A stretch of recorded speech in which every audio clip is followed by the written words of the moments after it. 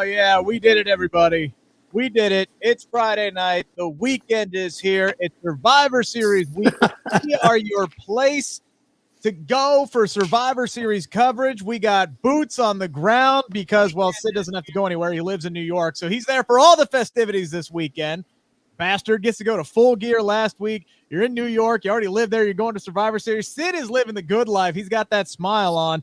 He's going to be at the press junket tomorrow as well. That is going to be the good part of his day. And then 4 o'clock tomorrow, Eastern Standard Time, here on the Sportskeeda Wrestling YouTube channel, it is Team Chino versus Team Sid. And Team Sid, clean sweep going down in Survivor Series trivia. So make sure to join us for that. SP3 over there. He ain't going to be having that look on his face. That's some pretty strong talk there, Mr. Ucchino. I'm going full heel. See, he has no leg to stand on, Dutch. Like this no man to stand on. Sir, I am the longest reigning Sportskeeda Wrestling trivia champion ever. Undisputed. How many times have you faced me? How many times have you faced Sid? I would love to face Sid, but he keeps ducking me. It's amazing that we got this. Tomorrow. I ain't ducking no one, sir. Dutch, your team is in trouble. Dutch, I gave this man like 6 different times on 5 different days, and he couldn't make any of them work. Well, I love how his theory to get the better of me, Dutch, is to interrupt me every time I try to talk. This man has been ducking me. He hasn't won a verse me in the trivia. He's beaten Jose twice. I'm going to take Jose to the promised land. He's with Kevin Kellum, who was a part of the biggest loss in Sportskeeda Wrestling trivia history. You know who he lost to? Do you know who he lost to, Dutch? Who? Oh, this guy, the undefeated number 1 contender. He got 2 people I'm cool with in Kate and John. They can't even get along. They can't even coexist. It's like a WWE tag team over there already. Rick, is that true? Oh, my team is stacked. I'm good. I'm fine with my team because Kate Hensler and John Alba, they don't have to get along. They ain't tagging in and out. It's one-on-one. It's one-on-one. John Alba will take out whoever the hell's on your team. Kate Hensler will take out whoever the hell's on your team. I think Kev Kellum's going to redeem himself and take you out. And then all I got to do is beat Jose for the 3rd time. It's going to be fine. It's going to be slick. Oh. It's going to be great. I didn't cheat. Everybody says I cheat. I don't cheat. How can you cheat in trivia? Rick, you have a cheating face. Yeah, that's what they say I can look at you and tell it. Yeah. Look at him. He's cheating right now. He's thinking something to cheat with. You can look at this. You guys, it's like let's call him Mr. Fan Club over here. Let's call him Mr. We'll call him Mr. Dutch. I will be the heel champ all day long. I will don the glasses tomorrow. I'll go out and get a cigar. I'll light that prematurely. And everything will be great. I can't Google the answers, guys. You would see me typing. Ladies and gentlemen, me typing. Rick has just a couple more hours to be happy, to act like he's a champion. But I'm going to go through him. I'm with the Daily Boys. I got the face of UK wrestling journalism, Alex McCarthy. I got Sat-E Nyangi, who's so knowledgeable. And I got Jose. I'm taking Jose to the promised land. Okay, Rick, I just want to know one thing. When you get beat, will you do like a good loser and concede? Oh, we need to have this on tape, on video. I mean, I would have to concede if I lost. I got to get eliminated to lose. That's the thing. So even if my team lets me down, I could still just line up all the team Sid and knock them out my damn self. It's fine. Okay. It's fine. All right, give me a question that would be a normal question in this trivia game. What's a good question? Well, it's all Survivor Series trivia related. Okay. So I would fail the first question. Well, like a softball question would be, who debuted at Survivor Series 25 years ago? I have no idea. What's his name? Mr. Rock. Yeah, Dwayne The Rock Johnson. And I just found that out tonight. Well done, Dutch. Well done. I listened. I was gonna choose you on my team. You and Kenny were gonna be my 2 members of my team. Don't choose us, please. But they were like, you know what? It's too much. There's too much star power for one team. so that they made me pick other people, Dutch. Oh, okay. We do have a super chat in already. Jason wants to know, Dutch, any Carl Gotch stories? Was he a badass? Carl Gotch? Yes. Hell yeah, nice guy. But when he hooked you, buddy, he has the choice of letting you go or not. And sometimes he didn't let go. Guys that wanted to try him, even when he got up in years, when he got 50 or 60, once he took them down, that was it. So, and a lot of guys that wrestle, they're not in shape. They may be good for like a minute. And then after that minute, they blow up. And then he just ate them up. He didn't like a lot of now this is years ago, how we talk about we don't like wrestling the way it is today.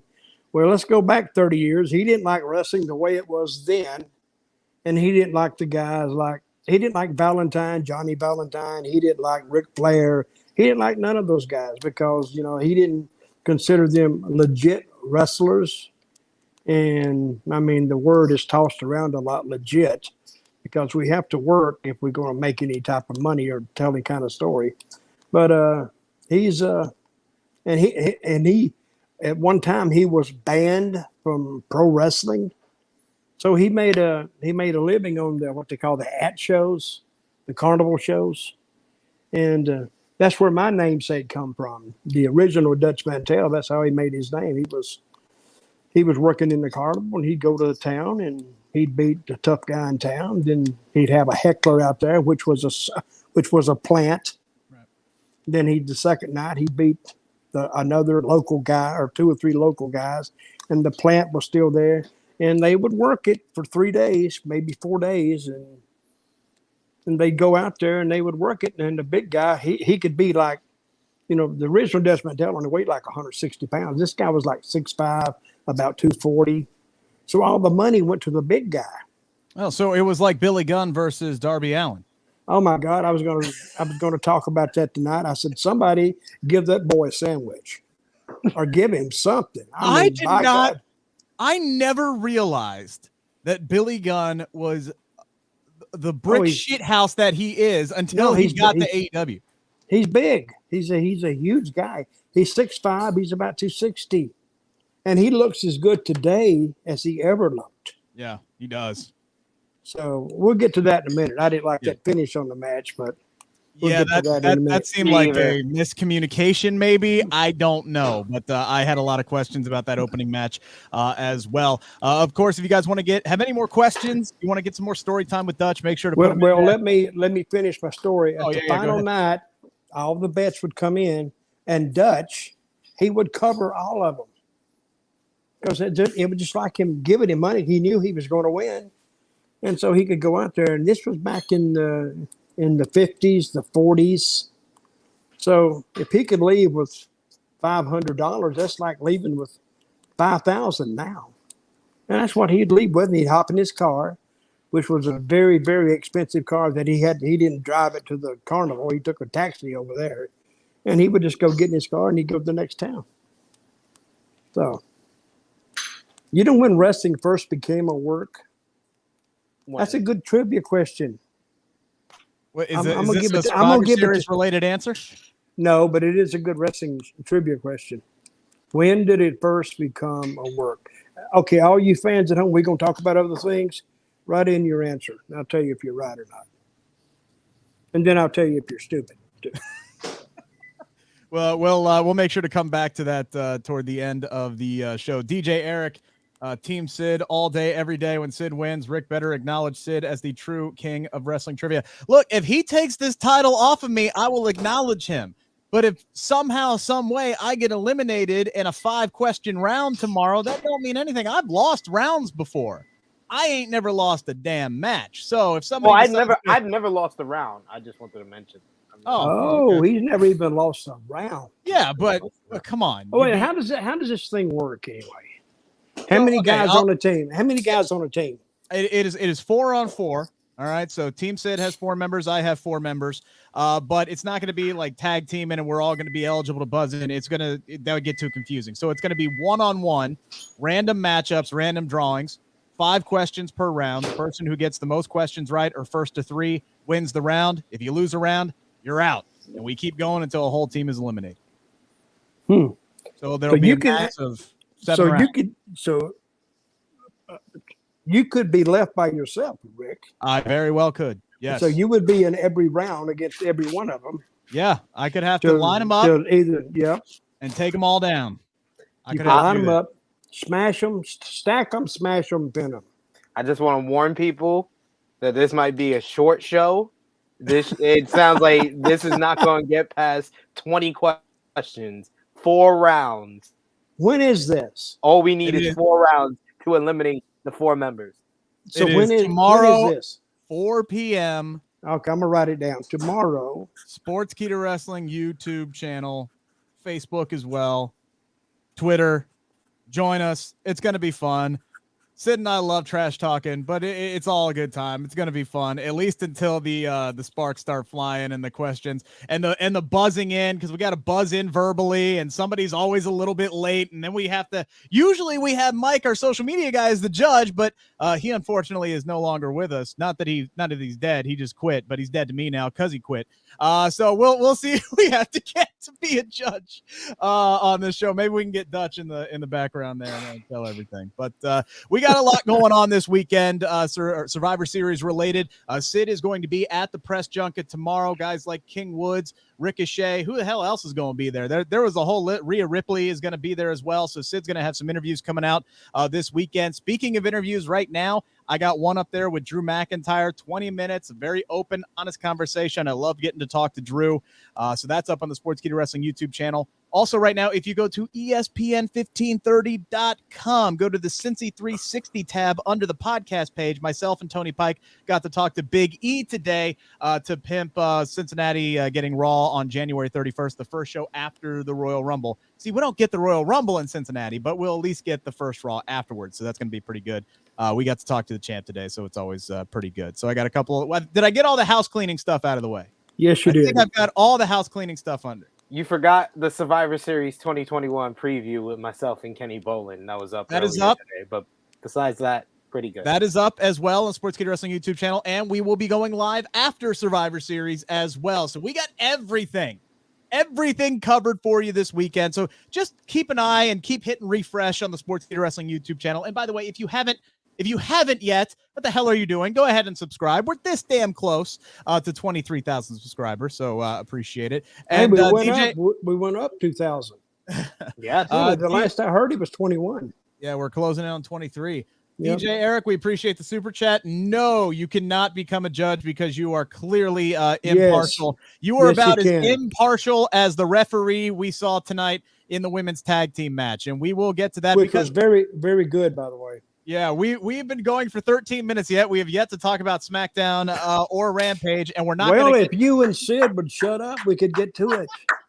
You're too busy talking about this damn contest you're having. It's called promotion, Dutch. But you know it is. It is, yeah. But trust me, there are news writers right now who are yelling at me for talking too much. So, Dutch, I will ask you the question that is on everybody's mind. I hate it. I know everybody wants me to ask you. We had another round, unfortunately, of releases this week, and some damn head scratchers, including the remaining 3 members of Hit Row. This was a group that was just brought up. They were featured on TV every week. They all got all of one squash match. Of course, BFAB was released 2 weeks ago, and now the entire group is gone. John Morrison, that is another guy who was featured on TV as long as The Miz was around. Seems like that's all they cared about, was that he was Miz's friend. They couldn't find anything for him to do on his own. He's now gone. Tegan Knox, I had a bad feeling about Tegan Knox when they showed the entire women's locker room on Raw, and she wasn't in there. And unfortunately, my bad feeling came to fruition. Jackson Riker also let go, and there was somebody else, Slapjack. Slapjack was let go. Couple of guys not being utilized on TV. Okay, maybe I get that. But you had several stars that, one, were either just signed to new contracts or were brought up to a new show, or overall talent like a John Morrison, who has never really gotten the ball to run with in WWE. And here we go. It's more of the same. It's budget cuts, even though they're making fist loads of cash. So Dutch, well, they only made $256 million last quarter is all they made. Yeah. But again, it's see, I think people forget that these releases, I don't know if they come off from Vince. They got this new guy there, and he doesn't look at it in the same lens that we're looking at it. But Morrison has been there, what, for 4 years now, 5 years? Oh, he just came back 2019, I think. But the beginning of 2020, yeah. Well, I mean, the pandemic felt like 4 or 5 years, so I get it. Though. To be fair. Well, and sometimes it's like a pro football team. If they don't need you, they don't need you. And all they do is they got to run it by Vince, and Vince says, yeah, let him go. And now that Valkyrie guy, the girl, what's her name? Taya Valkyrie. Yeah. Who's her boyfriend? John Morrison. Her husband, John Morrison. So that may have had let them go as a set, I guess. And because what surprised me is Hit Row. Yeah. They just brought those guys there. I didn't know who they were. And they've already let them go. I don't understand that at all. This was but that's the way it is. It's just one of those things that just, you say it is what it is, but this seems different. It doesn't make any sense really, because aren't they trying to get a new, genre of talent? They don't want independent wrestlers anymore, right? They want guys with bodies. They want actors. They want, they don't actually want wrestlers. They want these other type of people. And you can only get those if you get rid of the wrestlers you have now and make room. I mean, it all depends. They talk about, they want to get younger. We hear that a lot. They want to get younger, especially in the women's division, talking about they're only recruiting women under the age of 25. They want to get younger. Wait a minute. Ageism. That's what I agree with you wholeheartedly. Really? That's the report is like and that's one of the things that Taya Valkyrie went off on was, them talking about, because she's in her mid 30s, or Mercedes Martinez is in her 30s. Who else recently got released that's also a little bit older, Sid? I know there's somebody I'm forgetting. I mean, Mickey James was another one. Obviously, it's like once they unless you were in the upper echelon, because you look at Becky Lynch and Charlotte Flair, they're roughly the same age. They're in their 30s as well. They ain't gonna cut them. Because they're the two biggest women's stars they have, period, end of story. So they ain't going to get cut. But it's like anybody else who's like over the age of 30, if you're a woman, it ain't fair. It ain't fair and it ain't right. It's not like they need to retire after age 30 like they're freaking useless. Mickey James and Deonna Purrazzo had a hell of a damn match. Mickey James could still go and can still provide value to this company, but they decided to let her go and didn't use her for whatever reason. And you hear that they only want to hire women who are under the age of 25, or recruit women who are under the age of 25. Well, that was their format back in the 90s, 80s. Yeah. They wanted young, but they wanted those big guys. They wanted those. So if you were like 220, you were too small. They wanted you to 280, 300, 6'5", 6'6". So, but if that's their format, if that's their model for who they want, it's a private company. Well, it's a publicly owned company, but it's still, if that's their type of way they want to book it and present their talent, may not be right to us, but they're not answering to us. They're answering to their shareholders. But I don't know. I think you're running. I think they're going to get a little bit of a legal problem out of that, I think. Let me ask you this, Dutch, but pro football does it. I get where you're coming from on this, but pro football teams don't let go 120 some odd, 130 some odd people over the course of a year. You could talk about they want to bring in this, they want to bring in that, but these releases seem to honestly have no rhyme or reason to them. Because the guy running the company doesn't understand wrestling. what's his name? What's his first name? He's Nick Khan. Khan. Nick Khan. He doesn't understand the business, and he's got one job: is that bottom line. That's all his job is. Creative handles to make it interesting or not. Vince handles what he handles, and the kids, they handle what they handle. He has to handle strictly the bottom line, and that's how he's going to be judged. Or guess what? He's going to be cut. But Vince ultimately has to sign off on all of these. Yeah, absolutely. He does. Go ahead. To be fair to Dutch, it doesn't sound like Vince McMahon knows much about wrestling anymore himself. He may not. Yeah, he may not. It's no one in the management position seems to know what to do with people that we heard reports that they had big plans for, that they were going to make changes to the presentation, whether it be a Hit Row, a Karrion Kross, a Keith Lee. They get fired within like a month of those reports. That's like the left hand not knowing what the right hand is doing. WWE is showing a complete incompetence when it comes to their talent and not knowing what they're going to do with them from week to week, it seems. Well, one guy, Sean Smith, writes in, he says the stock is going up, up, up. Yeah, but no, it's not. As someone that owns that stock, please don't tell me it's going up. When I check it every day, it goes up maybe a cent, $1, and then it goes right back down the next week. So don't tell me the stock is going up. Yeah, and up, but the profits, I guess he told you, the profits are going up, up, up. But I guarantee you, morale is going down, down, down. And also, when you look at just the goodwill of the fan base, it is all the momentum going AEW's way, all the momentum going Impact Wrestling's way. I mean, seriously, like WWE, we could talk about if you're a wrestler. They're not in the wrestling business. Nope. They're in the TV. See, this is, I meant to bring this up last week or the week before. AEW and WWE are two completely different business models.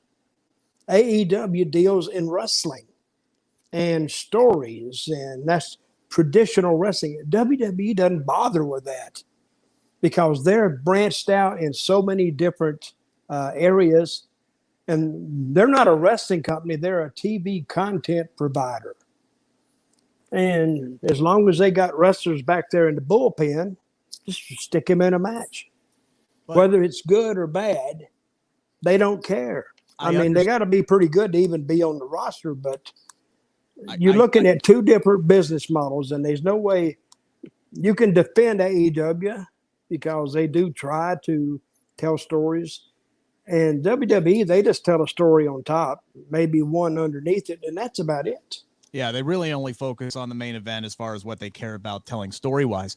But if you're at the end of the day, you still need your fan base. You still need an audience, and you still need an audience to connect with the characters. Even forget the wrestling aspect.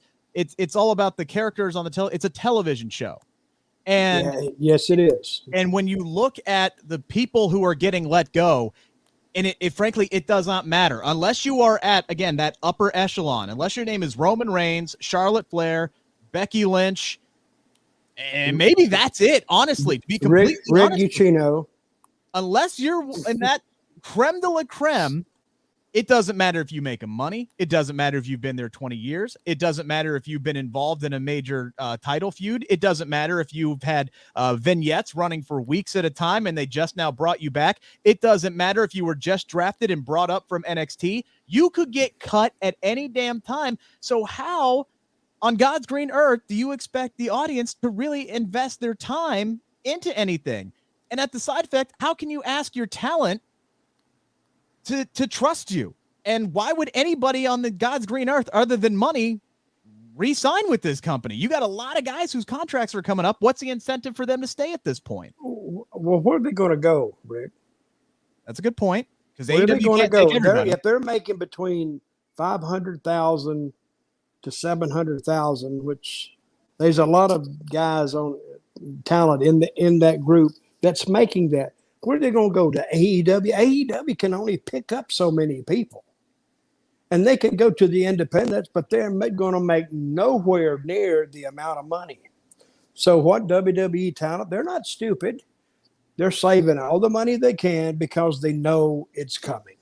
Winter is coming in the WWE. They know that. So if they save their money and say, "Oh well," and hey, I've gotten calls like that before. They're very nice. Hey, we hate to tell you this, but it always comes. They always do the front part of it, to try to soothe it over, and they make. I think some have called me. I've got them in TNA. I've got even in WWE. They think you're going to get mad and raise hell and cuss them out and say you're going to kick their ass, But it's a part of being in the wrestling business. You just take it and say thank you very much and move on. You move on with your life. You either do something else or you stay in the wrestling business. But they're staying because of the money. They're not staying because they don't trust the company. They're staying to trust the company for the 90 days for them to clear their contract obligations. There is something to be said for security, but if you're a guy like Kevin Owens, who's been in WWE for 5-6 years, and presumably, you have your money, you have your ducks in a row, you're set. What's the incentive for guys like that to stay? And probably not very much. Get as much. I mean, you get a guy, what else he's already got. You look at a situation like Jon Moxley, who had his money and was ready to just freaking walk away because he was sick and tired of everything. And AEW didn't even exist at that point, and he was ready to walk away. This all just does seem incredibly weird, though, especially with the frequency at which these releases are happening. And they may not be done in 2021. So I'm sure we'll have this conversation. See, they have actually released some people. I have no idea who they are. I've never seen them, and I don't really watch NXT. So you guys do, so you have a basic idea who these people are. I don't even know who a lot of them are. And I hate anybody to lose their job, but 78 or 80 releases in a company because I've always said that WWE, they take them to Orlando in that performance center and they just warehouse them. Yeah. I guess they run a few towns around Florida that you never hear of. That's just to get them experience, and they're probably drawing 150 people, 200 people to some of these shows. But I guess they're not ready because they just brought, who was the guy they just brought up, Karrion Kross? Yeah. And just ripped him from the beginning. There was a few of them that they just called up. They just called up Hit Row. It's baffling. Tegan Knox, they just called up. It's just like, how are you calling people up and in the same year they're getting released? Talia Valkyrie, it could be the same month. Talia Valkyrie only got with the company in February. It's not even the end of the year. She had 6 matches. Nice girl. I think the dog had more TV appearances. It's crazy. I mean, it's really insane. Let's talk about the shows, Rick. Oh yeah, that's right. We had wrestling on. That's what we're supposed to do, right? Yeah. Real quick, I want to answer this question from Kamar. How much is AEW making right now compared to WWE? Not even close, and that's all because of Saudi Arabia deals, TV deals. You got to remember they're getting billions of dollars just off of the Peacock streaming service. So AEW ain't making close to the kind of coin that WWE. Who asked you that question? That was Kamar. To be fair, Kamar, that's what we were talking about. They have two different separate business models. AEW tries to make money, I guess, off their syndication deals and running shows, but it's nowhere close. If you run a show saying, where were they tonight? AEW, where were they? AEW, this was filmed from Norfolk, Virginia. But they can do the same show, and I say that house, let's say full in Norfolk, Virginia, might be, say, 150,000 full, with full prices. So compare that to a Saudi Arabian show, they get $25 million for one show. So that's a big difference. And another big difference, and Ricky kind of says it here, to be fair, WWE had a 50-year head start. So, I mean, the fact that we're even talking about this is a win for AEW. Wholeheartedly. Yeah. I mean, there's only CM Punk said this, and I kind of agree with him, man. Like there is no casual wrestling audience anymore. You have between roughly 2 and 3 million people who are going to tune in and watch wrestling every week, and that's who you're competing for. And, you know, right now, the best wrestling show on the planet, the highest rated wrestling show on the planet, is drawing close to 2 million every week. Whether that's people losing interest, whether that's the fact that anybody who writes a script can get a show because there's so many damn streaming services and so many options compared to even just back in the 90s. There's a lot of different ways people can spend their time watching television. So you really only have a small audience, comparatively speaking, to go from, and that's what they're competing for. And if you're going after the hardcores, yeah, they're going to be leaning toward AEW right now. So let's talk about these shows actually tonight. Dutch, which one do you like better? I think I like, except for the last match where my cable kind of messed up. I should pay my bill, I guess. But you need to stop stealing from. But I really I liked. Let's talk about AEW first. Mm-hmm. I liked the first match, but I didn't like the finish. Really, I don't think it would have hurt Darby because look at how much just a size difference. I mean, that kid looks like he's come off. He looks like he's Skid Row. I mean, he looked like they went outside the door there to wherever and say, "Hey, kid, come in, wrap some tape around your middle and paint your face up and go out." Yeah. And if it had been for Billy Gunn walking that kid through it, it would have been horrible. Yeah, Billy Gunn, Sid, was wrestling the first like 6 minutes of this match like he was the damn Big Show.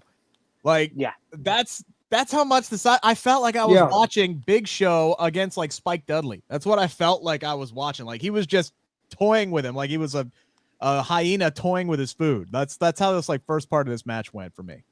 And then Sting showed up, and I think Billy had his 2 sons with him. What is his son's name? Austin and who? Austin and Colton. Yeah. Yeah. Had his 2 sons with him. It's Billy Ass and the Ass Boys. That's what it is. But I like the way Billy walked this kid through it. Took his time, you know. They didn't get in a hurry. So, and Billy made the match watchable. If you didn't consider like the size difference, what do you think that kid weighs, Darby? 160? Maybe 150. I think with a brick in his pocket. I like that Billy Gunn has changed his style because in AEW it's different from what he would be in WWE. He could play the monster heel, the big man, more in AEW because of the size of the performers, and especially when he's going against someone like a Darby Allin. The reason why I didn't like the finish is because it's 2021. We should not be coming up with finishes to protect Billy freaking Gunn. Like, Billy Gunn should not be the first guy to kick out at 0 to the freaking coffin drop. Like, it's like, come on. Like, do you want the coffin drop to be respected? It shouldn't be Billy Gunn, the first man to kick out of the coffin drop. But 2021, and we're protecting Billy Gunn, and we're promoting a Gun Club versus Darby and Sting feud. I was just baffled by all of this, but this was decent for what it was. Yeah, the booking it was okay. It was okay. The booking is questionable, for sure. I'm wondering if there was a miscommunication on that coffin drop because Billy went from. Didn't he do it twice? Yeah, he went from 0 to 0 though. I was expecting like Darby to have to hit 3 coffin drops the way Billy kicked out of that first one at like nothing. And then he gets hit with a second one and he's out. So I'm wondering if there was a miscommunication, a slip up, something or other, because it just didn't make a whole lot of sense. Like maybe Billy was supposed to. What doesn't make a whole lot of sense is the move to begin with. Why would you, seriously, guys? I know it's all a work, and why would a guy get up there and just fall backwards blindly to 2 guys? Why wouldn't they separate? That's what I hate about those dives. These guys all bunch up and wait on some guy. Oh, it's a beautiful dive. Yes, great. But why would they? I know they're not supposed to move, but that's what I would do. I swear to God. I'd talk to a guy that did that, and I'd just move. You should look up the video where he literally did the coffin drop to the outside through a coffin that was barely as wide as he was. I saw that. He knows how to aim it. That's for damn sure. He's damn good. Paul says 1997 called and they want Mr. Ass back. I did like the crowd cheering for him, and he kind of did that little 1997 Billy Gunn. Well, he's there for a half second. That was the deal that made him famous. Yeah, because he's doing that stuff, and you're going to go back to it. If you had something over at one time, people are going to remember it. So he went back to it, and guess what? They remembered it. That's why he did it. They made him fame-asser. That's right. All right, second match for Rampage tonight. TBS title tournament, Jade Cargill versus Red Velvet. Honestly, very similar size difference as far as Billy and Darby here on this one. Good match. I love that Jade girl. I'm not too keen on that manager. I don't know why she got him, but I think a lot of people feel the same way. To be Mark, Mark yeah, Sterling. He serves no purpose whatsoever, but that girl is in shape, and she had a really, really good match with Red Velvet, right? Yeah.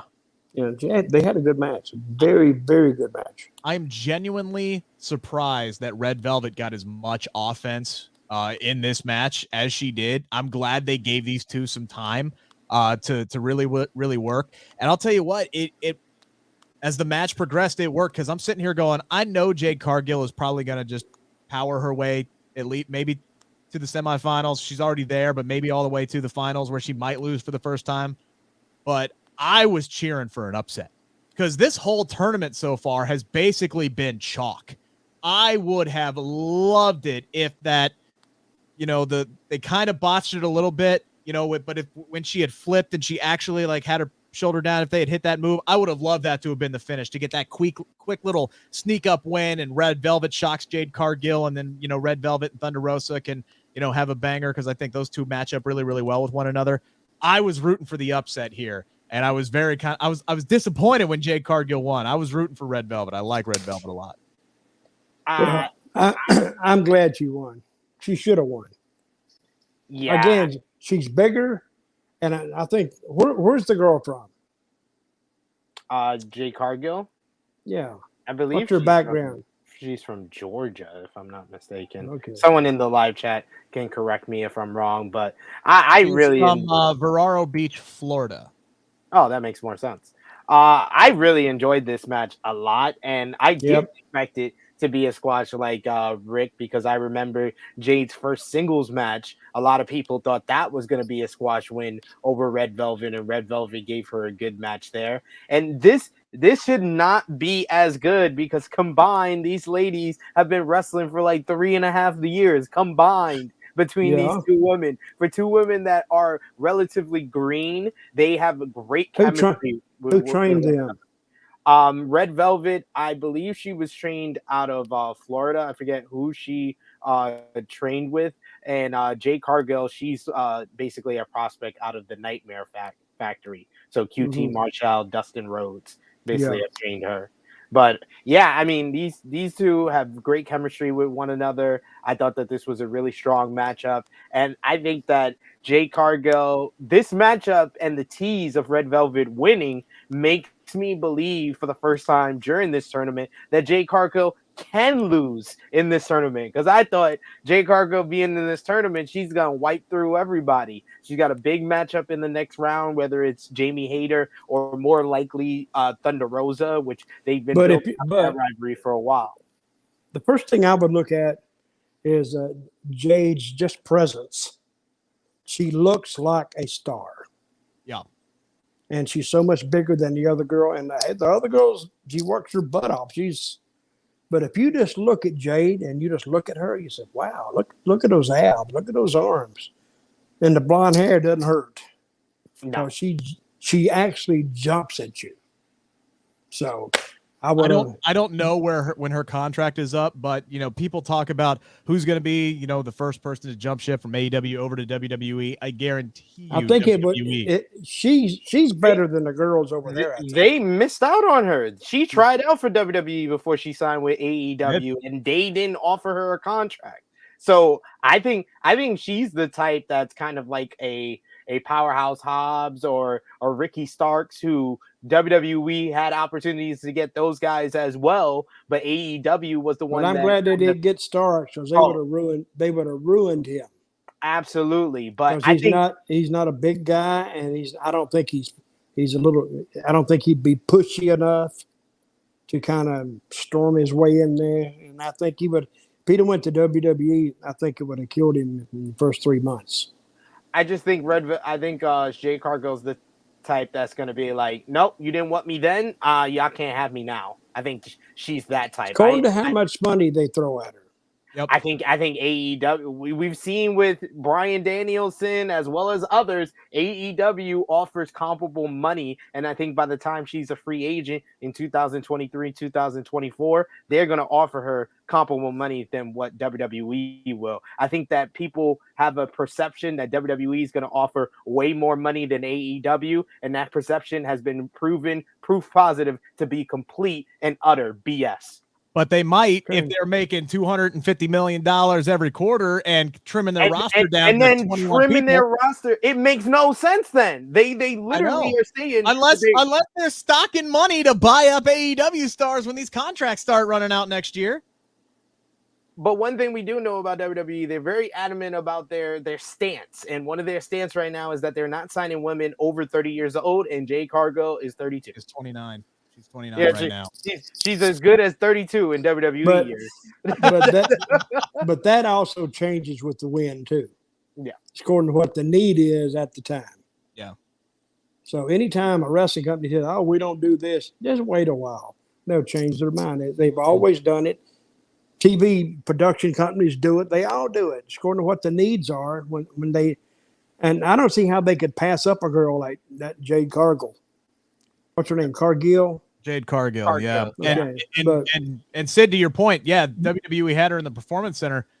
You could say that for a lot of the AEW women's roster. They had Dr. Britt Baker. They had Tay Conti. When you look at the kind of the pillars, because everybody talks about the male pillars, MJF, Darby Allin, Sammy Guevara, Jungle Boy for the men. For the women, they kind of have their pillars there too. You got Jade Cargill, you got Red Velvet, you got Tay Conti, you got Anna Jay, and 2 out of 4 of those have gone through the WWE Performance Center, and they saw nothing in those 2. So that's ridiculous.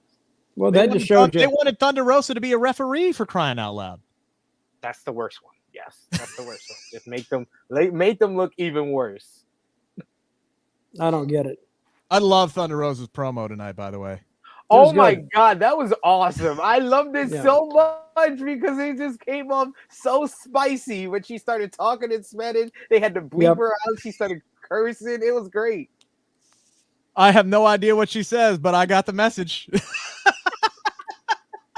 Did you guys know I took a picture with Thunder Rosa? I saw. Did not. Yeah. Yes. I took a picture with Thunder Rosa. If I buy a picture, will you sign it for me?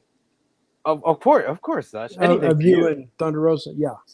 I'll sign the picture. Of you in the picture. Who'd you take it with? Thunder Rosa. Oh yeah, I want a picture of that, and I want you to sign it and just send it to me. I'll pay you some money. Oh, of course. I'll pay like $50. Anybody know the answer to this question? Who was the volleyball player that they signed? That was a while ago. Ooh, yeah, I don't know. Are you talking, Eric? Are you talking AEW or WWE? I'm not sure. I don't remember. Volleyball players don't get a whole lot of headlines, to be completely honest. So that one didn't. I know that AEW let me ask you this, guys. I'm going to ask everybody watching today: who usually makes the best wrestlers? Football players or basketball players? Football. What would you say? Football players. Nope. Basketball players. You know why? Really? Because they can't bang. It's a finesse game. Basketball is. And that's what wrestling is. Undertaker, he was a basketball player. Kane, he was a basketball player. And that's, you can't go and you can't really touch the guy, or you're going to get a foul. So they get early training in that. That is true. I got to thinking about it one day. I said, yeah, that's right. People think it's a contact sport, but it's not. It's one day I'm playing. We get to this town early, and they got a basketball out there and some kids playing. So me and Taker go out there, and another guy named Action Jackson. So we're shooting around, and then Taker said, "Well, let's just play. I don't know, 5. You know, you hit 5 baskets, you win." And I said, "No, man, you're 6'11. We can't." He said, "I'll play both of you." He played me and Action Jackson. I'm not a good basketball player, but I learned something else that day. Action Jackson can't play worth a crap either. And we were held scoreless, and Taker just scored all kind of points. He'd shoot from the top of the foul line, from the corner. He was hitting all over. So, but he is a very good basketball player. So, and he played at some small school in Texas. I will counter, by the way, because you're 2 world champions in WWE. One was a defensive tackle at Iowa. The other one was a defensive tackle at Georgia Tech. Also, Brock Lesnar played football. I get where you're saying, Dutch, but I think, you tend to see. You're talking about Brock Lesnar. He's not a finesse player. He just beats them up. Well, I know. You just said who makes the best professional wrestlers. I mean, I guess it's by and large, I'm saying. Rock was a football player, and Stone Cold. Rock was a football player. And Shawn Michaels was a football player. A lot of these guys probably play 2 sports, though. These are world-class athletes we're talking about here. So I'm just saying that's just what I found out. You know who plays multiple sports as well? Who's this? My good friend Thunder Rosa. Me and Thunder Rosa, we go way back, like stocking caps. We spend time together at the Matchcaster concert. Thunder Rosa knows I'm the biggest Thunder Rosa fan, so that's me and Thunder Rosa, ladies and gentlemen. That's a good picture of you. Minneapolis. Okay. How do you get that? Down. How do you get that slipped into the show? Thumbs up, thumbs down. Is Sid glowing in this picture? I think Sid of course is glowing in this picture.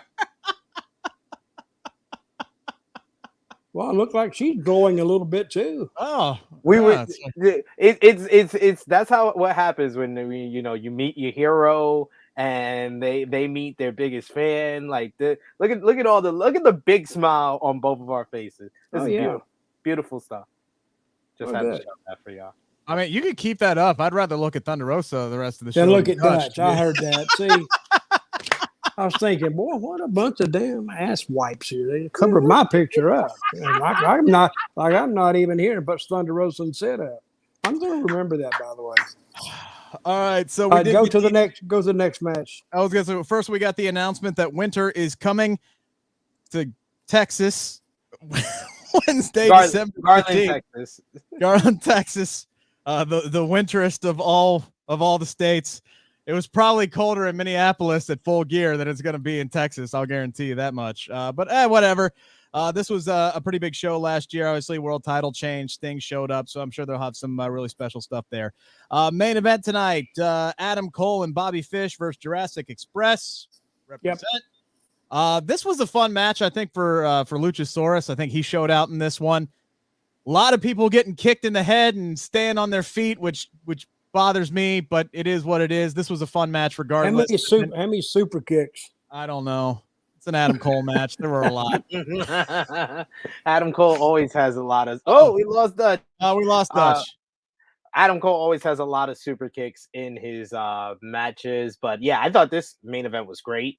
Cole and Bobby Fish worked really well with one another.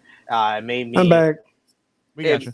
Hello. It made me think that why I don't remember too many tag team matches with them on the same team. They just worked really well with one another. Jurassic Express are just like the best babyface tag team in AEW. They just get the crowd behind them. Jungle Boy has just been on fire as he becomes Jungle Man, and he's been stepping up big time. And this was a big victory for him and Jurassic Express. I want a Luchasaurus at some point. Luchasaurus needs to be the TNT champion. Just at some time. It could be for a week. It could be for a night. I don't care. I want to hear the pop when that man wins a championship in AEW. A man that big should not be able to move the way that he does. I want Jurassic Express to win the AEW World Tag Team titles. Like, they're the closest thing, really, to a homegrown AEW tag team. Yes, they teamed up on the West Coast independent scene. But as far as like a major promotion or one of the major promotions, they would be the first like homegrown AEW World Tag Team Champion. So I want Jurassic Express to get there one day. I think that's the big title win for Jungle Boy and Luchasaurus there. This is a great line. He became Jungle Man after he got with Anna Jay. Whoa, okay. Jungle Boy broke the damn internet earlier this year when he dropped that one. Broke a lot of hearts as well. Dutch, what did you think of this main event tonight? I didn't see all of it. It was good. I mean, because like I've said this before, an hour is a lot easier to digest than 2 hours. So one thing, you're watching it and you see like it's 10 to 12, or whenever it comes on, I guess, 10 to 11. And you know that they can't go much longer. So that kind of holds me the time. But so who won that match? My internet kicked out. Jurassic Express. Yeah, okay, that's good. In AEW fashion, we got some gang wars at the end. Christian came down with a chair, chased off the Young Bucks. Adam Cole left Bobby Fish in the ring, and then he got the snare trap, and eventually he tapped out. And that was all she wrote. Baby faces are celebrating to close out the show. So what was the rating Wednesday night on their show Dynamite? 981,000. That's pretty good. Mm-hmm. That is really good. And what's Rampage been averaging? Rampage has been hovering above 500,000. Yeah, but they're also on at 10 o'clock at night. Exactly. Yeah. They're doing really good for the time slot. Like I think the fans focus too much on the rating dropping, but it's not about the rating dropping because they literally did 3 times what the network thought they were going to do originally, especially with the CM Punk episode. So them falling to 500,000, they're still way above what TNT was doing at 10 p.m. on a Friday night. Well, good for them. And they're kicking the crap out of aren't they getting bumped for hockey? Like, aren't they getting bumped for hockey matches? And they're kicking the crap out of the hockey. But I guess the ad buys must be much higher for the NHL for some reason. That's the only justification. Because it's a major wrestling, because wrestling is kind of looked down on still today. I mean, WWE may have brought it up, but a company like AEW, I don't know. They look at wrestling in a different way. See, that's why England at one time dropped wrestling. And it was their biggest, except for soccer in England and cricket or whatever, wrestling through the biggest ratings. But they thought it was a low rent entertainment venue, event. And so they just completely stopped it. That's why you saw the British invasion like midway through the 80s. That's when those guys, because there was nowhere to work anywhere else. So they came over here. Okay. All right, guys, make sure to get your comments in. Stop arguing with each other in the chat and ask us questions, damn it.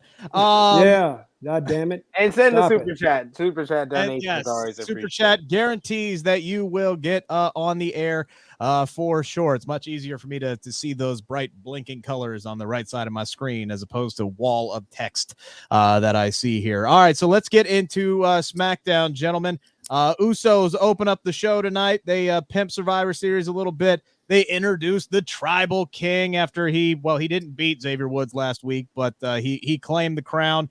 Heyman's out there. He's also plugging Survivor Series. And finally, Roman gets irritated enough, cuts him off, asks whose idea all this was, says he doesn't need all this junk that's in the ring. He doesn't need a crown. He doesn't need a cape, scepter, all that stuff. He runs. You know what? I was disappointed in that he wasn't asked. Remember, he brought up Brock Lesnar. Yeah. I was disappointed that Roman didn't ask him just one question about Brock. Why did you bring that up? You know, just to see Paul squirm, because that was the best part of it. And that's all you got to say to keep that story alive. I don't know where they're going with it, but I'm sure they haven't dropped it. But I wish he'd ask him that. Okay, so go ahead. Yeah, I think I think he didn't address it because that was all they wanted to do was just have Heyman drop that one little breadcrumb just to remind you, oh yeah, Brock's still with the company. He's just suspended. I think that's all that was. It was just, there's your little Brock Lesnar breadcrumb. We haven't forgot about him. We'll get back to him sooner rather than later, sometime in 2022. But even in dropping that breadcrumb, he could have still asked Paul, why'd you bring his name up? Because he's suspended. Why'd you even bring him up? I would have liked him to shoot and then leave it. Then leave it. I think he didn't even need to say anything because he didn't have a microphone in his hand at the same time. So all he had to do was shoot him a look. Just shoot him a look.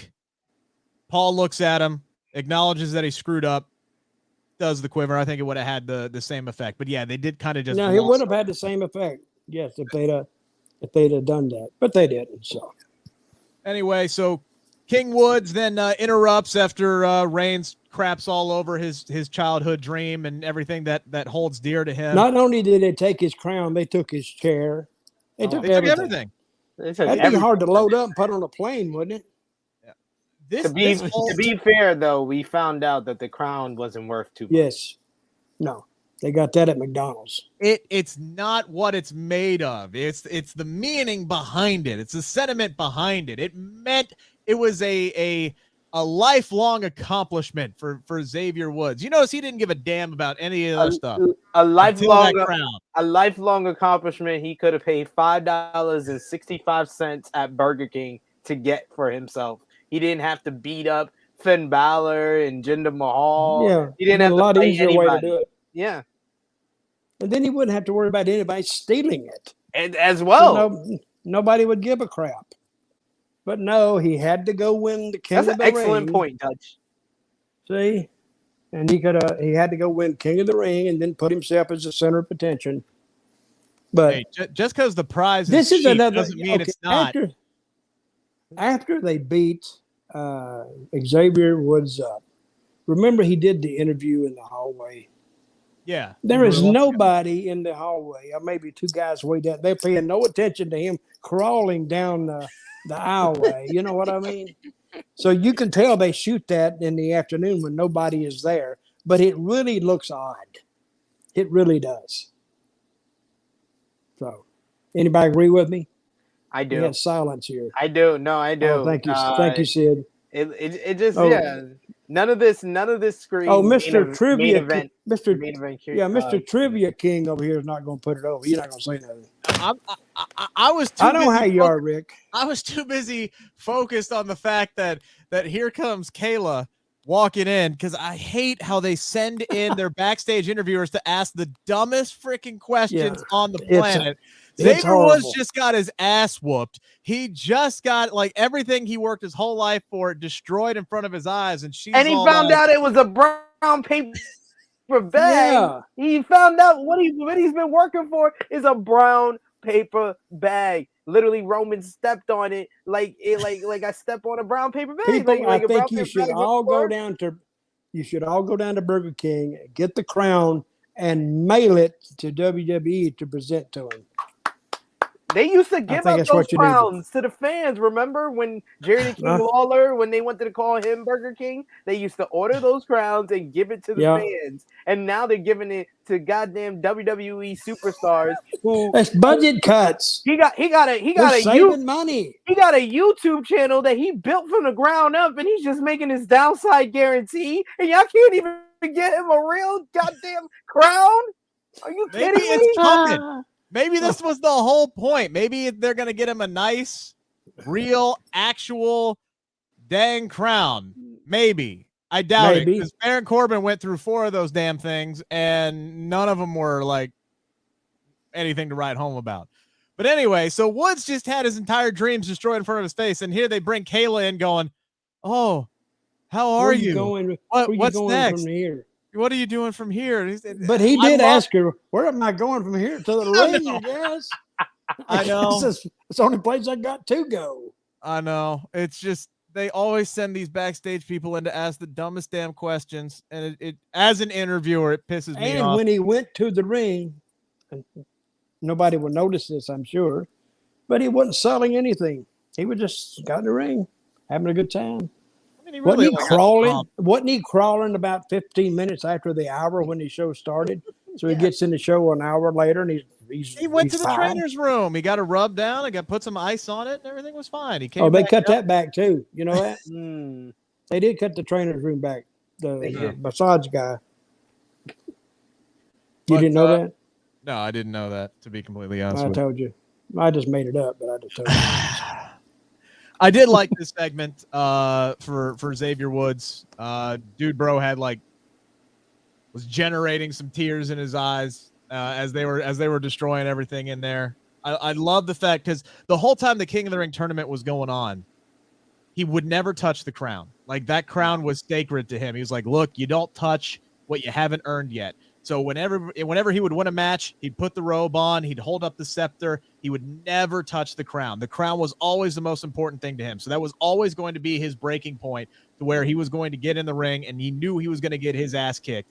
And he got his ass handed to him, and just because he was trying to save the damn crown. Then we find out it was a fake crown. And then, we find out it was made of aluminum foil. Paper. Wasn't even aluminum foil. Aluminum foil don't break like that. It was a goddamn it looked like paper bag.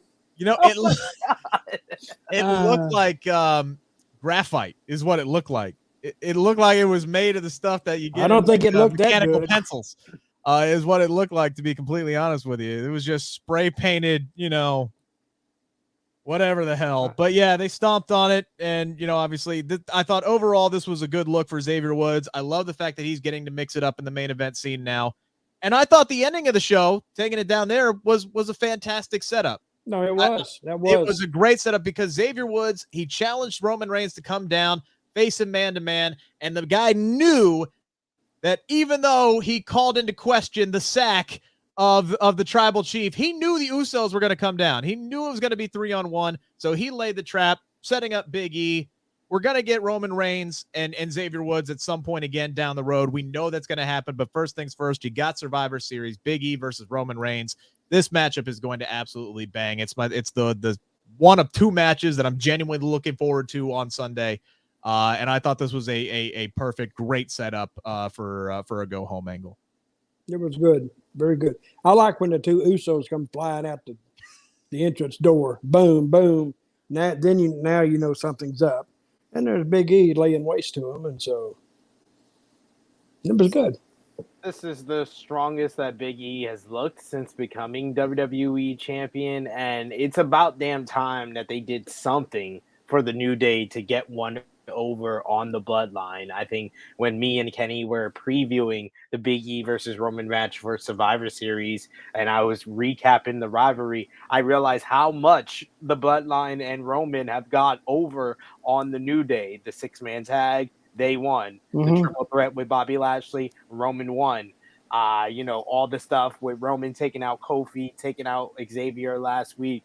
They have gotten the better of the New Day over and over again. And this is the only match on the card that really has more than 1 week of buildup, or more than it has intrigue on something that's gone on screen instead of off screen, like the other match that has been getting a lot of buzz going into Sunday. So I think they did a very good job with the opening segment as well as the main event to put more momentum and heat and buzz behind Big E versus Roman Reigns. You see that Big E doesn't fear Roman, so that's very very big key to this matchup on Sunday. And then they protected Roman in the end by not having him take the big ending, which is of course what WWE does. They protect Roman at any cost. But I'm very much looking forward to this. This is going to be a banger of a matchup, and most likely going to be the main event on Sunday.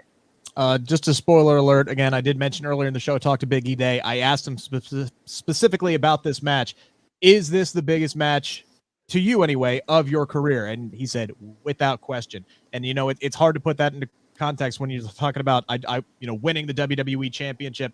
But Roman Reigns is on that upper echelon, man. This is, this is the benchmark test for. And remember, we kept saying it took them a long time to get him there. Yes. That's why when we're saying, well, this guy could beat him, this guy could beat him. No, because, it only takes one loss that you can just knock him off that crown. He's in a spot right now that's privileged just for him, because they had so much equity tied up in Roman Reigns, not just like Finn Balor. We all knew Finn Balor wasn't going to beat him. And we know Xavier Woods is not going to beat him. So who is his really next big opponent? I don't think it's It's Brock again. I don't think it's going to be Brock. It's either Brock or Drew. Drew. And But do you Drew, think but we'll Drew ever told see? me he wants to earn Let it. me ask you this: do you ever think we'll see The Rock at WrestleMania? I think WrestleMania 39, we see The Rock and Roman. It's going to be. What's coming up? 38 is the one that's coming up next. So I think 39 in Hollywood. That's the spot. That's the place that they want to do that. Okay, mark it down. He said it first. Here's the bigger question I have. Do we see He's The Rock always on got. Sunday? He's always got to upstage. He's always got to upstage us, doesn't he? Well, here's the big question. Go ahead, Rick. I'm sorry. Do we see The Rock on Sunday? No. That, No, we don't. We see him via satellite, maybe. That's as good as. does that count? Does that count? I'm Rick, talking in him? person. I don't care that he's on the other side of the world, filming a damn movie. I really don't, because the same thing happened with Ronda Rousey at the Royal Rumble in 2019, 2018, whichever one was the first one. Same thing happened. Oh, Ronda Rousey's not going to be at the Royal Rumble tonight because she's on the other side of the world filming a movie, and yet they flew her ass back there so she could walk down to the ring and point to the WrestleMania sign. He doesn't have to be in ring shape to do anything. All he has to do is show up and look at Roman Reigns face to face and lay that seed for whenever the hell that match is going to be. You can fly him into Brooklyn for a one-off stare down. But if it's not happening at this year of next year's WrestleMania, what's the point? What's the point paying him all that money for him to promote something that's not happening until 18 months from now? I like the idea. They did it with Rock and Cena. It was a year. It was a year before they came back to it, but this would be 18 months. I do like the idea, even if he's not facing him for a year. Then he can come back in 6 months or what. But that shows your fans that, well, something could happen. And that's what they're running on. They're running right now on fumes anyway. Yeah, Rock and Cena is the exception. It ain't the rule. As far as but that's what I'm saying. And the other thing that makes me think that there's a chance that this is happening is that they are promoting this as the 25th anniversary of The Rock. They had Roman Reigns on Jimmy frickin' Fallon, and Fallon is asking him about these rumors that The Rock is going to be there. They're not doing this kind of stuff if there isn't at least a small chance. Now they got people thinking maybe this might happen. The Fallon stuff, that's on Fallon. That's not on WWE. They don't. No. I know for a fact. You guys know why I know for a fact. With WWE and Jimmy Fallon, they don't know what they get like a screening of what Jimmy Fallon's gonna ask, but they don't give him questions to ask their wrestlers.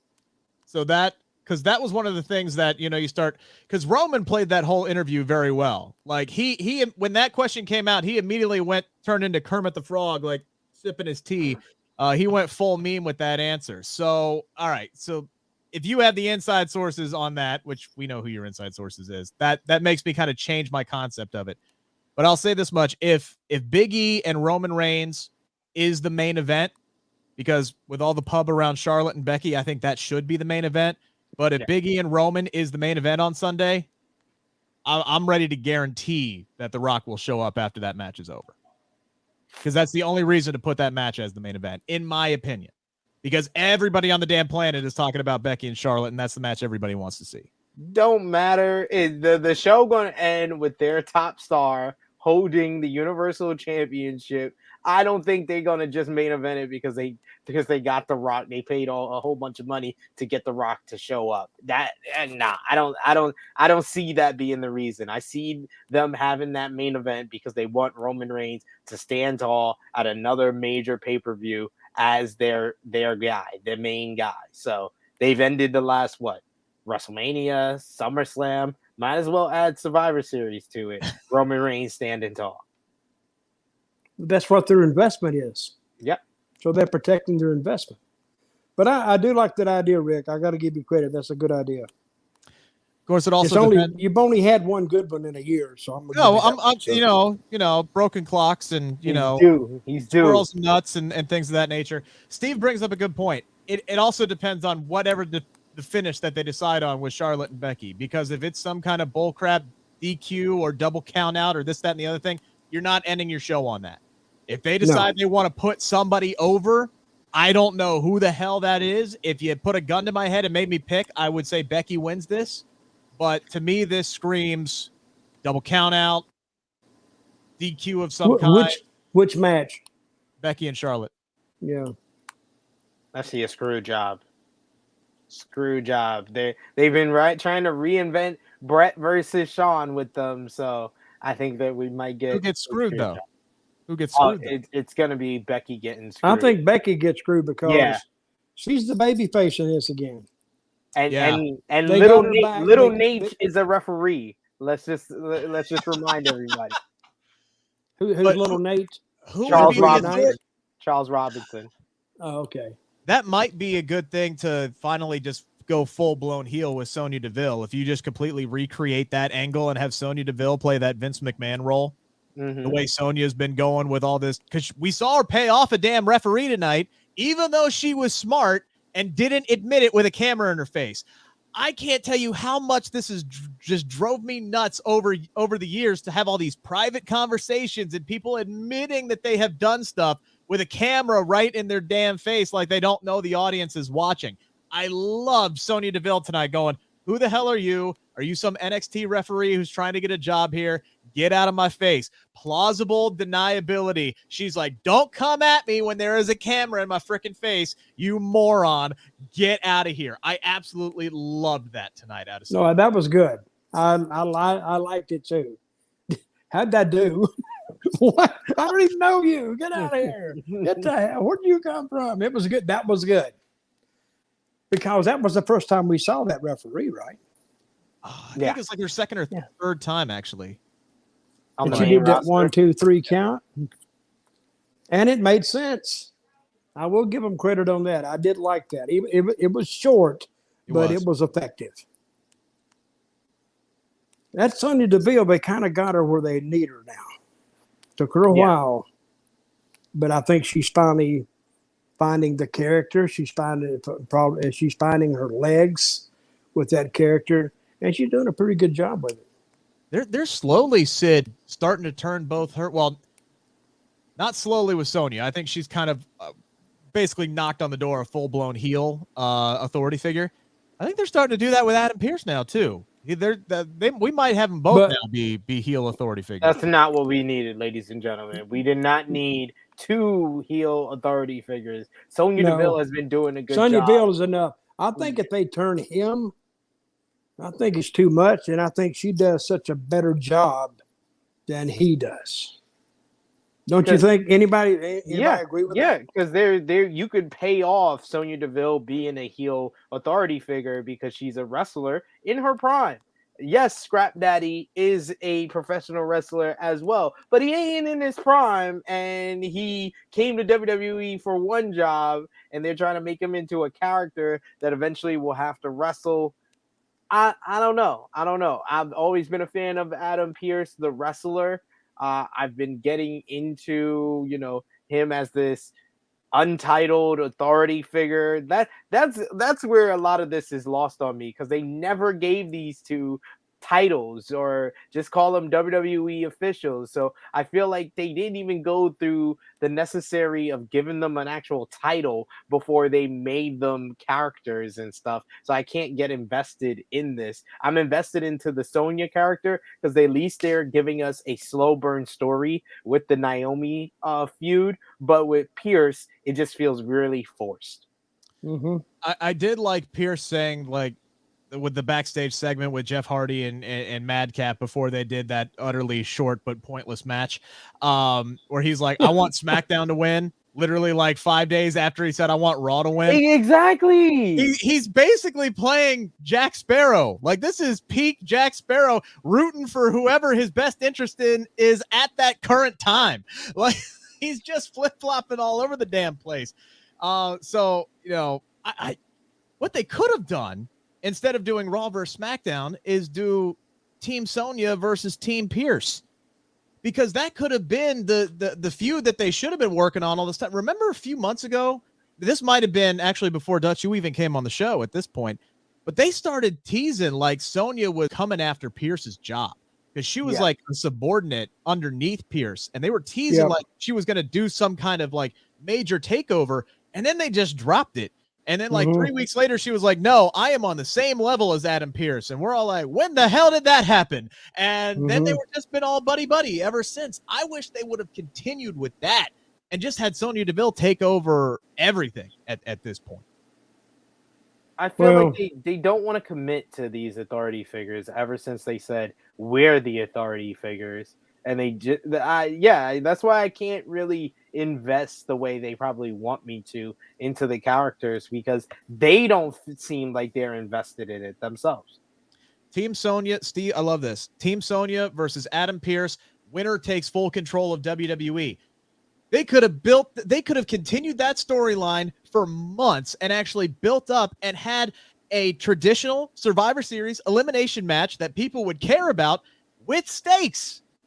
Imagine that. Instead of this, oh hey, it's Survivor Series, you know what it is. It's Raw versus SmackDown. Don't pay attention to the fact that SmackDown's team captain's been on Raw for 3 years and he's literally been on SmackDown for 4 weeks. Don't pay attention to any of that.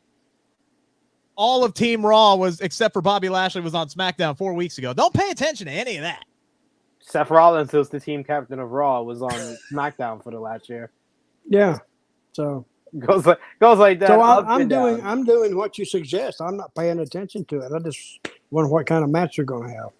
Well, let me ask you this: the 4-man tag, the 4-man match tonight. Yeah, the opener. Yeah. What was that for? The vacancy on one of the teams. Yeah. So that was that was a good match. Really, it was great. I loved it. Yeah, that was to replace Sami Zayn, who got taken off of the team last week when he lost to Jeff Hardy. So they had Sheamus, Cesaro, Jinder Mahal, and Ricochet. I thought Ricochet was the damn star of the match. That dude, I thought he would win it. I wanted him to win it. I thought he needed it more than anybody else in this match, with maybe the exception of Jinder after his rap battle last week with Hit Row. He won. He rapped so good he got them fired from the company. It was what we need this whole group. We got Jinder and Shinky. And the fact that they even referenced the rap battle on commentary tonight, I'm just sitting here, I'm like, wow, that's incredibly tone deaf. But anyway, Ricochet, man, he just looks so damn pretty when he takes to the sky. You could tell me that he and Dante Martin could actually fly, and I would believe you. Just the way that they could pause their bodies in midair. That springboard moonsault that he did was just freaking insane tonight. This was a really, really fun match. I get Sheamus winning with the help of Ridge Holland. That helps drive that storyline further. I thought Ricochet needed this more. No knock on Sheamus. I want to see Ricochet against some of these dudes on Team Raw on Sunday. It's a shame to me that he's not in this match. I thought actually he would win the match, because I think there was more equity in him winning with fans than it would be with Sheamus. And I don't know what to think about Ridge Holland and Sheamus together. That doesn't hit me right off the bat. It's no chemistry. It's the Thunder Rosa Sid Puller story. It's, my biggest fan meeting my hero and this, that, and the other thing. I see that. Sid Puller Thunder Rosa thing. That's where they got this.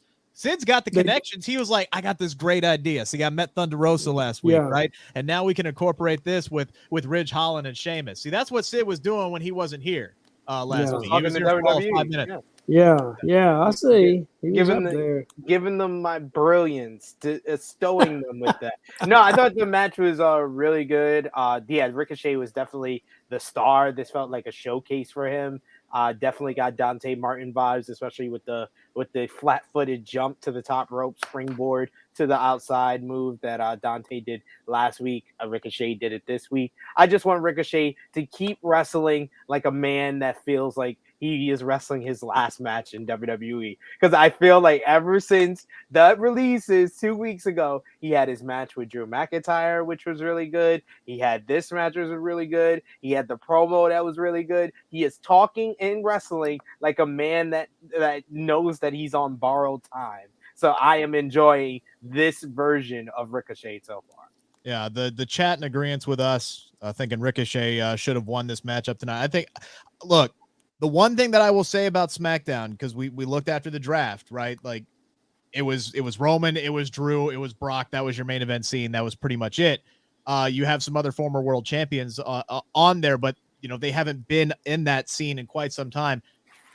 this is now the land of opportunity again, because they have to have people step up and go up to the next level and get their opportunities, because they have no choice. They can't just do Roman and Drew for 7 months and then bring back in Brock Lesnar and then go back to Drew. They have to do other people. Xavier Woods was a logical first choice because he just won King of the Ring, and you're going to have him versus Big E at Survivor Series with Roman Reigns, so it makes sense to incorporate that. But who's next after that? And I'm hoping guys like Ricochet, like Mustafa Ali. I don't have a whole lot of faith with Mustafa Ali, not because of his talent, but because he's not on the dang show tonight. And of the 27 guys they had left on the entire active roster to put in a 25-man match to celebrate The Rock, Mustafa Ali is one of the 2 dudes who got left out. He's not in the match, which is incredibly infuriating to me. Sid, you saw that promo that he put out on Twitter that the company said, "Nah, we can't go forward with this storyline." It was great. It's fantastic. I don't know how they can't just let this man do something. He's one of the best talkers they got. He's one of the best smoothest in-ring performers they have. What is the damn holdup with doing something with Mustafa Ali? So what are you saying? What should have gone farther that you were talking about? Mustafa Ali, his interview he did that time. Because people were booing him because of his name. He released an interview that he was doing based off of that promo that he did that was supposed to be his new character. And WWE, he said in the tweet and the post that WWE has basically scrapped the idea. So, I mean, I feel for the guy, but he's another one that I feel like it's on borrowed time, because WWE, if they're not focusing on you, or you feel like one of your favorite wrestlers are lost in the shuffle, you should be very worried about them having a job in a few weeks or a few months, because that's how WWE has conditioned us as fans to look at these individuals. So I feel for Mustafa Ali. He's very talented. He's one of the better babyface talkers in a company that struggles with babyface talkers, and yet he's a heel. It's just this is everybody's a damn heel, though, Sid. That's the point. They turned Shotzi into a heel. Sasha Banks, what we saw her do after the match with Shotzi tonight, that ain't a babyface move. Nope. That's the biggest heel move in the book.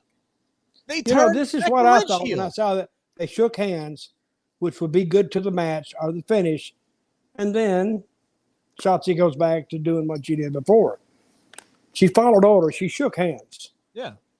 But I didn't expect that tonight, because that is basically going against the grain again.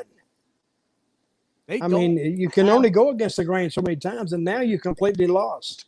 They don't have baby faces on SmackDown. They barely have any on Raw. They just turn everybody heel. They got a roster full of jokers, and I don't mean that in a derogatory way. I mean that in Batman. They don't have enough Batmans for all the damn jokers that they have. They got nobody. It's who's the top babyface? Again, outside of Drew McIntyre, who's the top male babyface on SmackDown? Xavier Woods? King Woods. Yeah, but King Woods, he got it almost by default, it seems like. Yeah. Who's the top female babyface on SmackDown right now? Well, to me, Sasha Banks. Sasha's got to be her. Yeah. She still looks like a heel to me, which means by default it's got to be Naomi. She's a popular heel. That's the difference. Yeah. That's the difference. But that's all they have are popular heels, because there's no damn baby faces, Sid, which is why I was happy with Xia Li's vignette tonight. This is what that was the best part of this show, ladies and gentlemen. Can I just say that? What is that? The Xia Li vignette. Did you see that? What? No, what vignette? Xia Li, the comic book cartoon. Oh yeah. I got it. Gave me some very Kill Bill vibes. Like when they were doing O-Ren Ishii and all her backstory, very Quentin Tarantino-esque. I thought that was fantastic. And the way that they made her, the dialogue that she had, I'm sitting here going, okay, she's a protector. That means she's got to be a baby face, right? Good. Yes. We need damn baby faces. Thank you. That's what this show needs. You know what I didn't understand tonight? The interview between Tony Storm and Charlotte Flair. That was flatter than a pancake. I didn't get it. I know they're working a little deal, or she went in the ring last week and challenged her. See, I'm judging by chemistry, but what I feel when they get together, and I didn't feel that. I didn't feel so if I don't feel it, I don't think either. half the fans feel it.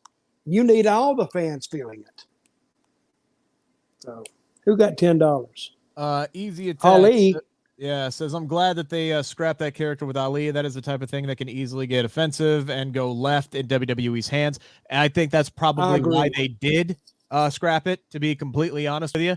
But, you know, if people are offended, people are talking. I mean, controversy creates cash. That's why everybody wants to see this Becky Lynch, Becky Lynch and Charlotte match on Sunday. I mean, think about that. Think about what WWE was able to do. Because Becky Lynch she's back to being a baby face. Yeah, that's her attraction. For the Charlotte. And Charlotte is a heel.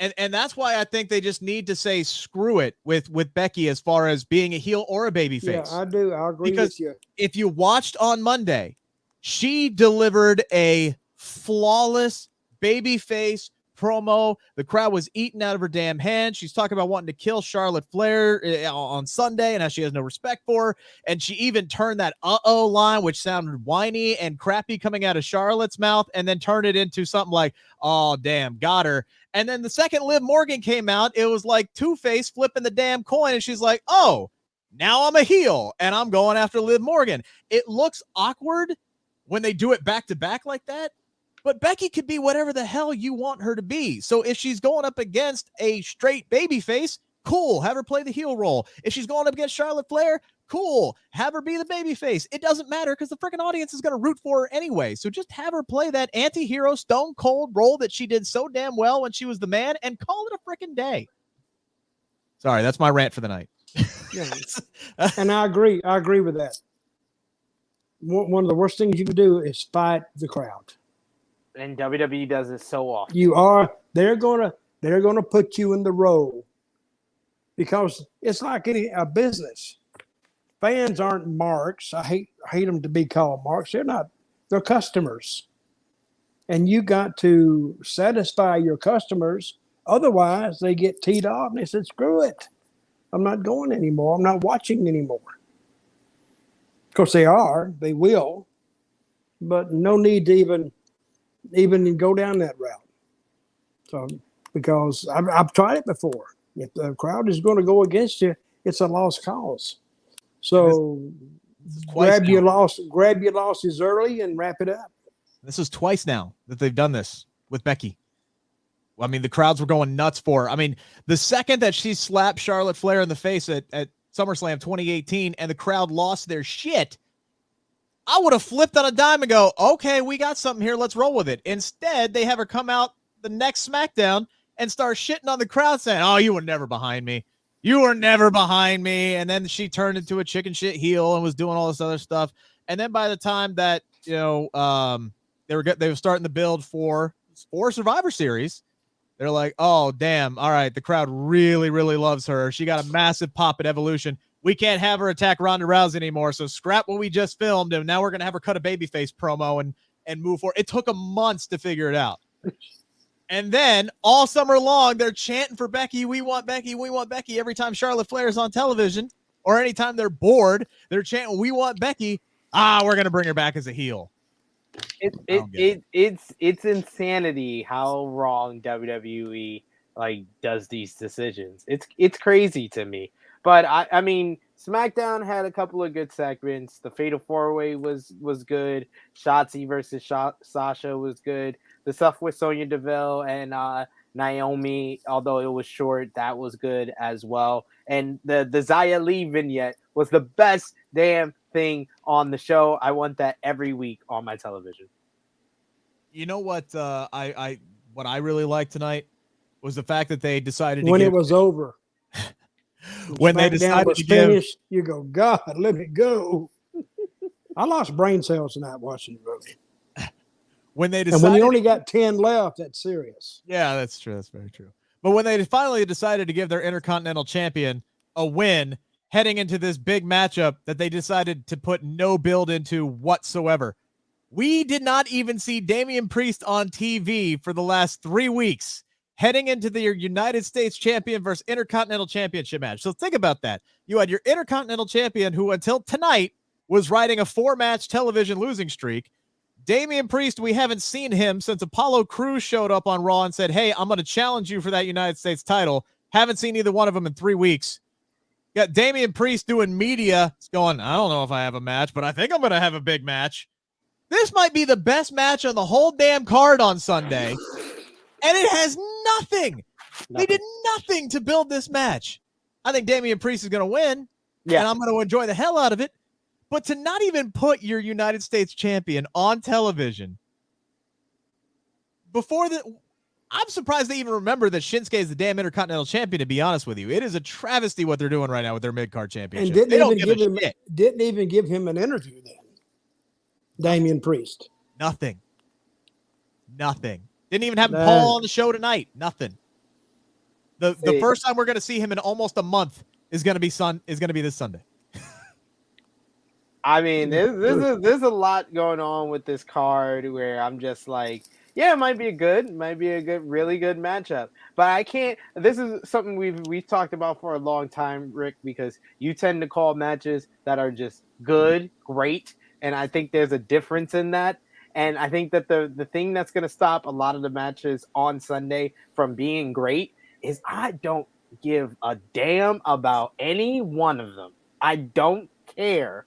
I really don't. I already seen a better Becky and Charlotte match. So it doesn't matter how much heat they got behind the scenes. When they were actually friends, they had one of the best women's matches of all time. So them not being friends doesn't make me very confident that they're going to have a better match than that. Big E and Roman are going to beat the crap out of each other. They're going to work hard and they're going to put on a show. But I doubt that they're going to give us a great match because I honestly don't care. I don't care about any of the matches on Sunday. It's going to be good wrestling because this roster always exceeds the expectations that they're booking lowers every single week for us fans, but the roster always overachieves. So I know we're going to get a good show, but do I think we're going to get a great show? No, because I don't care.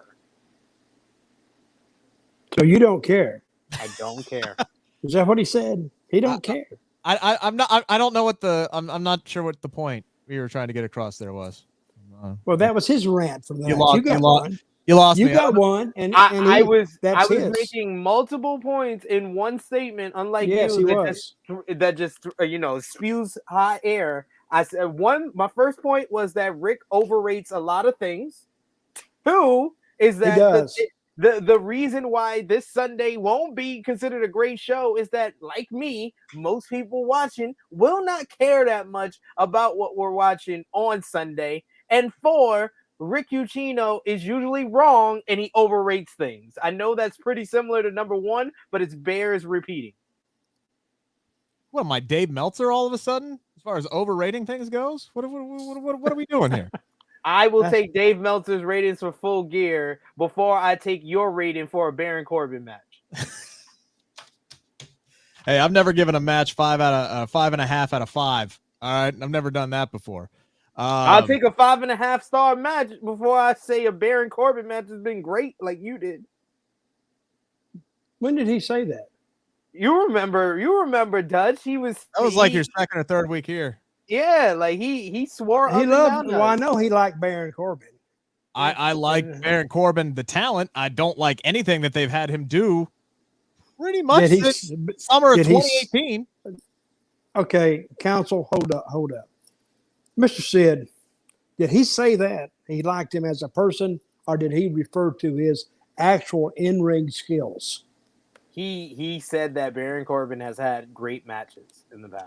I said I'm a fan of his in-ring ability. I'm a fan of him as a person. I am not a fan of anything that they have had that man do on television since the summer of 2018.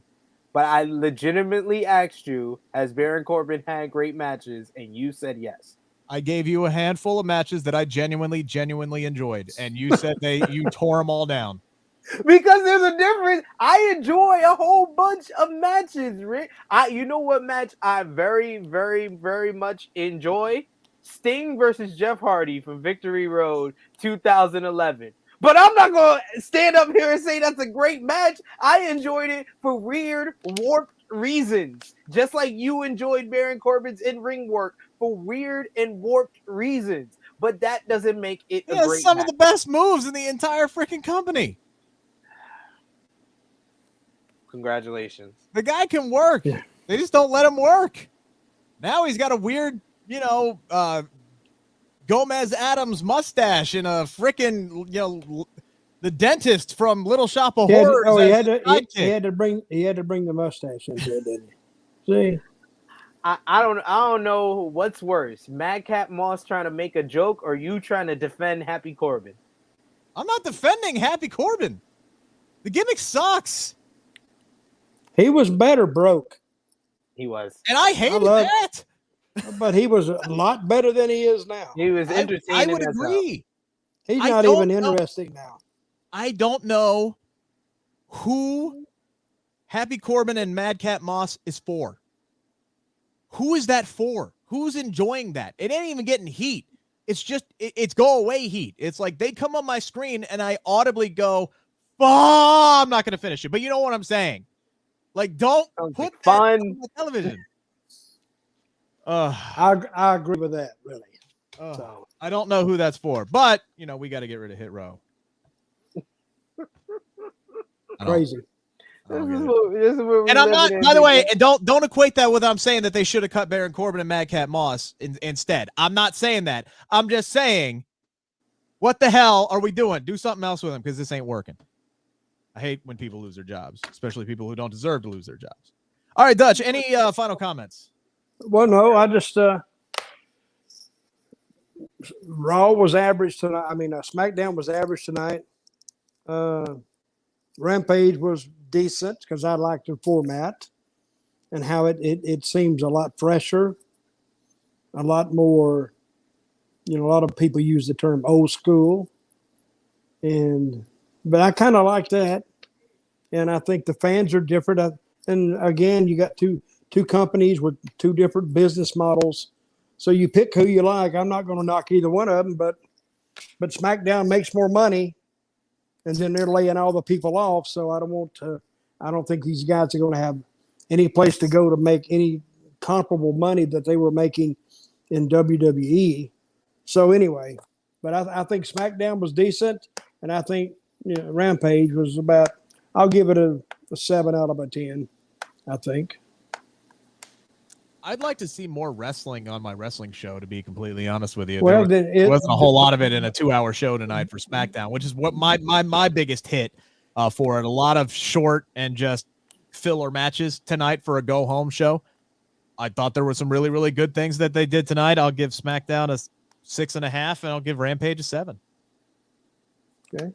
I go 6 out of 10 for SmackDown. Like I said, there was good stuff. The King Woods Roman stuff, the Fatal 4-Way, Shotzi versus Sasha was a really good matchup, and the Xia Li vignette was like my favorite thing on either show.